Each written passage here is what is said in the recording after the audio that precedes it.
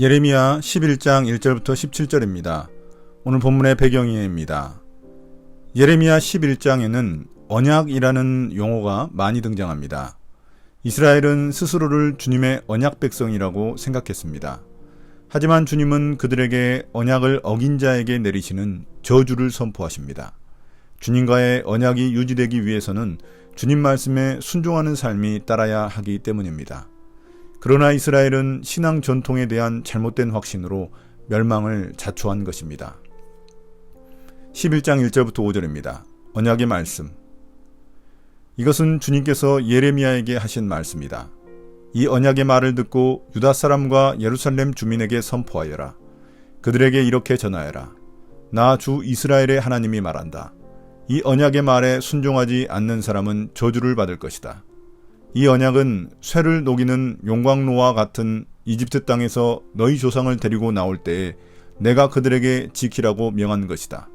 내가 그들에게 이르기를 나에게 순종하고 내가 명하는 모든 것을 실천하면 그들은 나의 백성이 되고 나는 그들의 하나님이 되어서 내가 그들의 조상에게 젖과 꿀이 흐르는 땅을 주겠다고 맹세한 약속을 지키겠다고 하여 오늘에 이르렀다.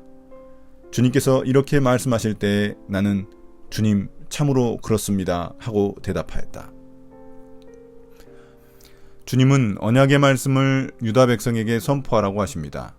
과거 주님은 언약을 따라 이스라엘 백성을 인도하셨고 그들에게 젖과 꿀이 흐르는 땅을 주셨습니다. 그러므로 이스라엘은 주님과의 언약에 따라 그분의 통치권을 인정하고 그분의 가르침을 따라야 합니다. 이스라엘이 주님 말씀에 순종하기를 거부할 때 축복의 언약은 깨어지고 반역의 대가로 저주, 즉 주님의 심판을 받게 됩니다. 과거 주님은 이스라엘을 용광로같이 혹독한 이집트 종살이에서 구원해 주셨고 가나안 땅에서 하나님 백성으로 살아갈 수 있도록 인도해 주셨습니다. 그러므로 언약의 말씀을 잘 순종하면 이스라엘은 여전히 주님의 백성이 되고 주님은 이스라엘의 하나님이 되십니다. 조상들에게 젖과 꿀이 흐르는 가나안 땅을 약속하셨기에 주님의 말씀만 잘 순종하면 언약은 계속될 수 있습니다. 이처럼 주님은 이스라엘과 맺은 언약을 성실하게 잘 지키십니다. 이에 예레미야는 백성들을 대신하여 주님의 말씀에 아멘으로 대답하며 주님의 말씀을 인정합니다. 11장 6절부터 8절입니다. 불순종한 이스라엘. 그런 다음에 주님께서 나에게 또 말씀하셨다. 너는 이 모든 말을 유다의 여러 성읍과 예루살렘의 거리에서 외쳐라. 너희는 이 언약의 말씀을 듣고 실천하여라. 이것은 내가 너희 조상을 이집트 땅에서 데리고 나온 날에 확실히 경고하였고 나에게 순종하라는 것을 오늘에 이르기까지 거듭거듭 경고하였기 때문이다. 그러나 그들은 듣지도 않고 귀를 기울이지도 않았다. 오히려 그들은 자기들의 악한 마음에서 나오는 고집대로 살았다. 그래서 나는 지키라고 명한 이 모든 언약의 말씀대로 그들에게 벌을 내린 것이다. 그런데도 그들은 지키지 않았다. 이제 예레미야가 유다와 예루살렘에 선포할 주님의 말씀입니다. 선포의 내용은 백성들이 이미 알고 있는 언약의 말씀입니다. 이 말씀은 이집트에서 나온 조상들과 맺었던 언약 때부터 지금의 유다에게까지 모두 적용되는 말씀입니다. 주님이 원하시는 것은 언약을 유지하기 위해 주님의 말씀에 순종하는 것입니다. 그러나 이스라엘 백성들은 끊임없이 주님의 말씀을 듣지 않고 순종하지 않았습니다. 악한 마음을 따라 고집스럽게 제 갈 길을 가며 저주를 자초했습니다. 이에 언약의 주관자이신 주님은 언약을 깨트린 이스라엘에게 벌을 내리실 수밖에 없으신 것입니다. 11장 9절부터 14절입니다. 언약 파기. 주님께서 또 나에게 말씀하셨다. 유다 사람과 예루살렘 주민이 나를 대적하여 음모를 꾸미고 있다. 그들도 자기들의 옛 조상이 저지른 죄악으로 되돌아가고 말았다. 그 조상이 나의 말을 들으려 하지 않고 다른 신들을 쫓아다니면서 섬기더니 이제는 이스라엘 백성과 유다 백성도 내가 그들의 조상과 맺은 언약을 파기하였다. 그러므로 나 주가 말한다. 보아라, 그들이 벗어날 수 없는 재앙을 내가 그들에게 내리겠다. 그들이 나에게 도움을 간청해도 내가 응답하지 않겠다. 그때 유다의 여러 성읍에 사는 사람과 예루살렘 주민은 분향하며 섬기던 신들을 찾아가서 도움을 간청하겠지만 그 재앙의 날에 그 신들은 절대로 그들을 구하여 주지 못할 것이다. 전혀 도와줄 수 없을 것이다. 유다 사람들아, 너희가 섬기는 신들은 너희가 사는 성읍 수만큼이나 많고 너희가 바알에게 분향하려고 세운 그 부끄러운 제단은 예루살렘의 골목길 수만큼이나 많구나. 예레미야야, 너는 이런 백성을 보살펴달라고 나에게 기도하지 말아라. 너는 그들을 도와달라고 나에게 호소하거나 강구하지 말아라. 그들이 재앙을 당할 때에 내가 나에게 부르짖어도 내가 들어주지 않겠다. 이제 주님은 현재로 돌아와 유다의 죄악을 고발하시고 심판을 선언하십니다. 주님은 유다가 자신을 대적하여 반역을 꾸민다고 말씀하십니다. 유다 백성들은 이스라엘의 참된 왕이신 하나님의 통치를 거절하고 아무 능력이 없는 헛된 우상을 섬기기 때문입니다. 그들은 자신들 조상이 저질렀던 죄악을 반복하며 다른 신들을 섬기고 주님과의 언약을 깨뜨렸습니다. 이러한 유다에게 주님의 심판이 선포됩니다. 주님은 그들이 벗어날 수 없는 재앙을 주시며 그들이 주님께 도움을 요청해도 응답하지 않으십니다.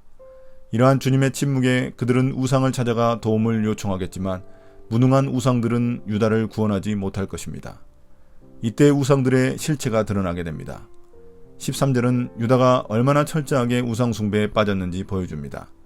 우상이 유다 성읍만큼이나 많고 바알에게 분향할 제단도 예루살렘의 골목길 수만큼이나 많습니다.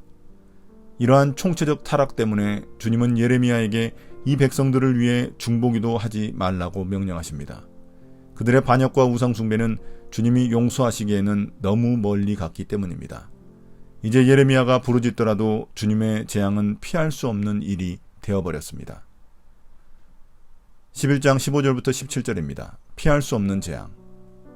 내가 사랑하는 유다가 악한 음모나 꾸미더니 내 성전에 들어와서 어쩌자는 것이냐. 살찐 짐승을 희생제물로 바친다고 해서 재난을 피할 수 있겠느냐. 구원의 기쁨을 누릴 수 있겠느냐. 유다야, 한때에 나 주도 너를 잎이 무성하고 열매가 많이 달린 올리브 나무라고 불렀으나 이제는 요란한 천둥 소리와 함께 내가 그 잎을 불로 사르고 그 가지를 부러뜨리겠다. 이스라엘과 유다를 나무처럼 심어주신 만군의 주님께서 너희에게 재앙을 선포하셨다. 이스라엘 백성과 유다 백성은 내 마음을 상하게 하려고 바알에게 분향하였으니 저지른 그 죄악 때문에 그들에게 재앙을 내리겠다. 이제 주님은 비유를 사용하셔서 이스라엘의 신학적 전통을 고발하십니다. 하나님이 사랑하시는 유다 백성이지만 그들은 마음에 악한 음모를 품고 있으면서도 성전을 찾았습니다.